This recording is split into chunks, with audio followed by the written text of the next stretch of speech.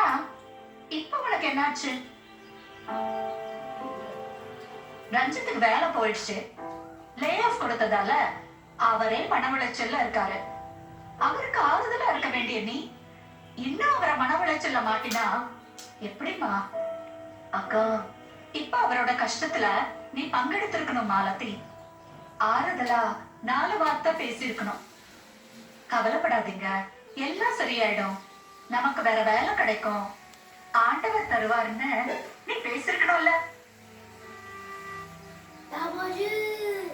ஆனா நீ என்ன சொன்னமா? இல்லக்கா, நான் தற்கொலை பண்ண போறேன்னு ரஞ்சித் சொன்னப்ப நீ என்ன வார்த்தமா பேசுன?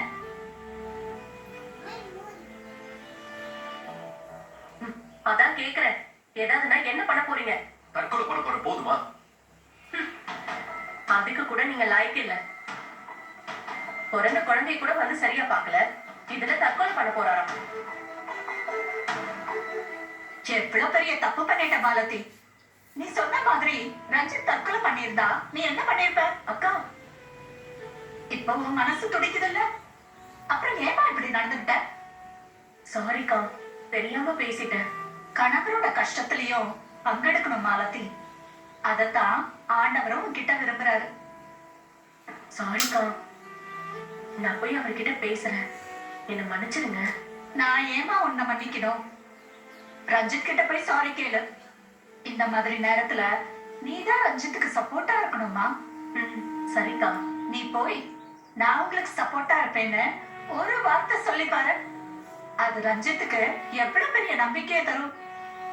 சரிக்கா, நான் போய் அவர்கிட்ட பேசுறேன். கிறிஸ்துவுக்குள் பிரியமானவர்களே, ஆண்டவர் இயேசுவின் நாமத்தில் உங்களுக்கு எங்கள் அன்பின் வாழ்த்துக்கள். இந்த ஆரம்ப காலத்துல கர்த்தர் நம்ம எல்லாருக்கும் ஒரு வாக்கு கொடுத்திருப்பார். ஏதோ ஒரு வாக்கு தத்துவத்தை கொடுத்து நம்மை ஆசீர்வதிக்க விரும்புகிறார். நாமும் மகிழ்ச்சியோடு கூட இந்த புதிய வருஷத்துக்குள்ள கர்த்தர் இப்படி ஒரு வாக்கு தத்துவம் கொடுத்தாரே அப்படின்னு சொல்லி நம்ம மகிழ்ச்சியோடு இந்த ஆண்டுக்குள்ள பிரவேசிக்கலாம்.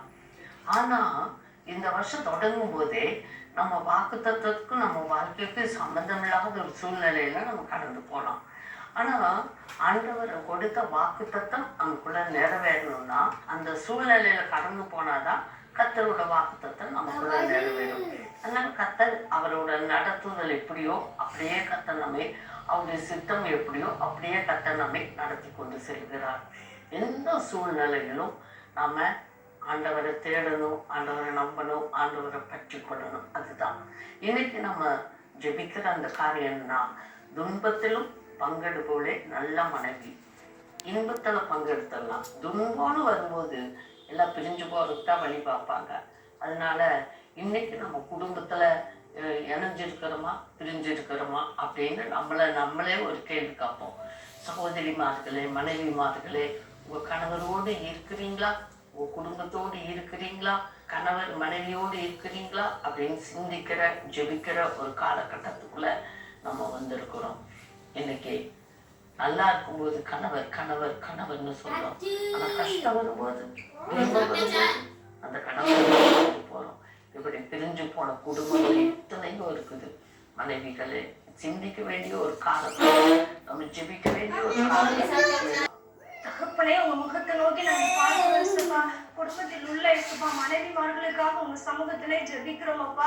அந்த குடும்பத்துல நல்ல வருமானம் வரும்போது, குடும்பம் செலுத்திருக்கும் போது சந்தோஷமாய் கூட இருந்துட்டு ஒரு கஷ்டம் கண்ணீர் கவலை வரும்போது இயேசுப்பா, ஒருவேளை கணவன் வேலை இருக்கும் போது அவங்கள விட்டு விட்டு தனியே போற எத்தனையோ சகோதரிமார்கள் எங்க தேசத்துல உண்டப்பா. அன்றைய இந்த பிள்ளைகளுக்காக எல்லாம் நாங்க ஜெபிக்கிறோம் அப்பா. அவங்க மத்தியில எல்லாம் இயேசுப்பா ஒரு மனமாற்றம் வரணும் இயேசுப்பா.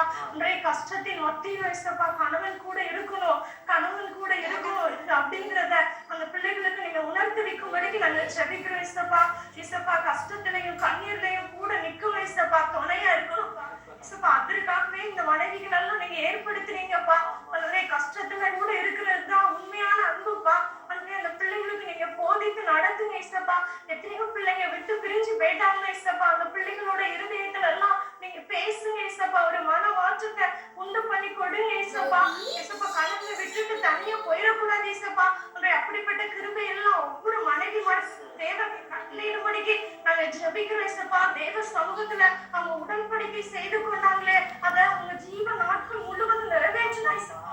அப்படிப்பட்ட கிருபைகளை ஏசப்பா ஒவ்வொரு மனைவிமார்களுக்கும் தேவன் கட்டளையிடும்படிக்கு நாங்க ஜெபிக்கிறோம் ஏசப்பா. ஆனா யார் யார் இப்படிப்பட்ட நிலைமையில இருக்காங்களோ அவங்கள எல்லாம் தொட்டு ஏசப்பா அவங்க எல்லாம் நல்ல பிள்ளைகளா நீங்க மாற உதவி செய்யும்படிக்கு ஜெபிக்கிறோம். உங்க சமூகத்துல ஒப்பு கொடுக்கிறோம். நீங்க பொறுப்படுத்திக் கொள்ளுங்க.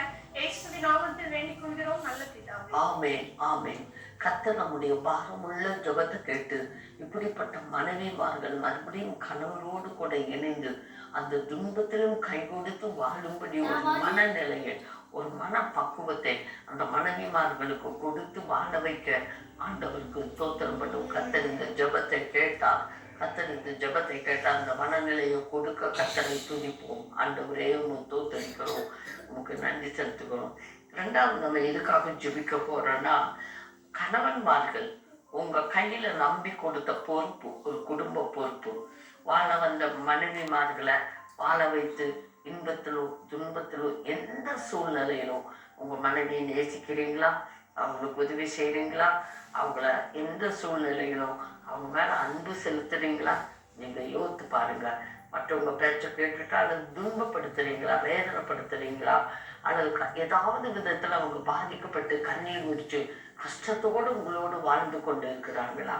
நீங்க யோசித்து பாருங்க. உங்களை சந்தோஷப்படுத்தி உங்க மனைவிமார்களை நீங்க வாழ வைக்கிறீங்களா? இப்ப கணவன்மாருக்காக நம்ம ஜெபிக்க போறோம். இப்படி எத்தனை மனைவிமார் தனக்கு கணவரால பாதிக்கப்பட்டு துன்பப்படுத்த இணைத்தது அதில் நீங்க மகிழ்ச்சியா சந்தோஷமா வாழணும் தான் தேவன் விரும்புகிறார். சகோதரி ஜோம் பண்ணுவாங்க, நீங்களே எங்களோடு இணைந்து ஜோம் பண்ணுங்க, கர்த்தர் உதவி செய்வார். தகப்பனே, நாங்கள் உண்மை துதிக்கிறப்பா, உமக்கு நன்றி செலுத்துகிற ஏசப்பா. இந்த நேரத்திலும் இந்த நிகழ்ச்சியை பார்த்து கொண்டிருக்கிற ஒவ்வொரு கணவன்மார்களுக்காக நாங்கள் உங்களுடைய சமூகத்தை நோக்கி நாங்கள் பார்க்கிறப்பா. புருஷர்களே உங்கள் மனைவிகளில் அன்பு கூறுங்கள்னு சொன்னீங்களா ஆண்டவரே. அப்பா, இக்கட்டான சூழ்நிலையில ஆண்டவரே ஏசப்பா உதவி செய்கிறது இந்த மனைவி தான் ஆண்டவரே. ஆனாலும் இந்த மனைவிக்கு ஆண்டவரை கொடுக்க வேண்டிய அன்பை கொடுக்காமல் ஆண்டவரே எத்தனையோ கணவன்மார்கள் தவறான பாதையில போய் கொண்டு இருக்கிறாங்க ஏசப்பா. ஆண்டவரே கஷ்டத்துல ஆண்டவரே ஏசப்பா எல்லா சூழ்நிலையில ஆண்டவரே தன்னுடைய மனைவியிடத்துல அன்பு காட்ட கர்த்தர் ஒவ்வொரு கணவன்மார்களுக்கும் நீங்க கிருபை கொடுக்கும்படி நீ செபிக்கிற ஏசப்பா. எல்லா சூழ்நிலையிலும் ஆண்டவரே மனைவி இடத்துல கொடுக்க வேண்டிய பாசத்தையும் அன்பையும் கொடுக்க கர்த்தர் நீங்க கிருபை கொடுங்க ஏசப்பா. மற்றவர்களுடைய பேச்சை கேட்டு தன்னுடைய மனைவியை துன்பப்படுத்துகிறவங்களாக இன்னைக்கு எத்தனையோ கணவன்மார்கள் இருக்கிறாங்கப்பா. ஆண்டவரே அப்பா, எந்த ஒரு நம்பிக்கையற்ற சூழ்நிலையில எத்தனையோ கணவர்கள் வாழ்ந்து கொண்டு இருக்கிறாங்க ஏசப்பா.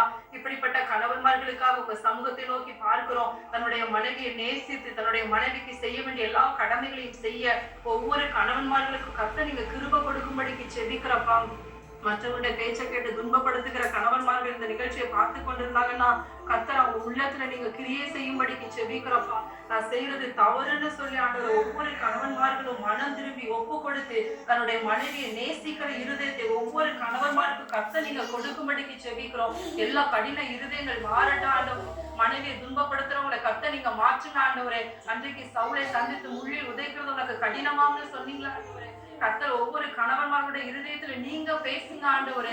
தன்னுடைய மனைவியை நேசிக்கிற இருதயத்துல கர்த்தர் ஒவ்வொருவருக்கும் நீங்க கொடுக்கும்படிக்கு செபிக்கிறப்பா.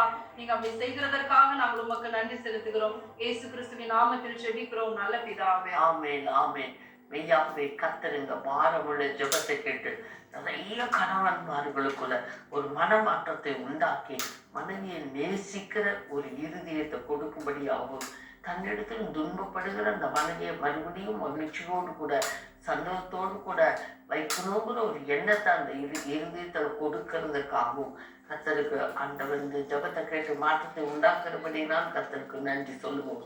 ஹல்லேலூயா ஹல்லேலூயா ஹல்லேலூயா. கடைசியாக நம்ம எதுக்காக ஜெபிக்க போறோம்னா, தேவனால கட்டப்பட்ட குடும்பம்.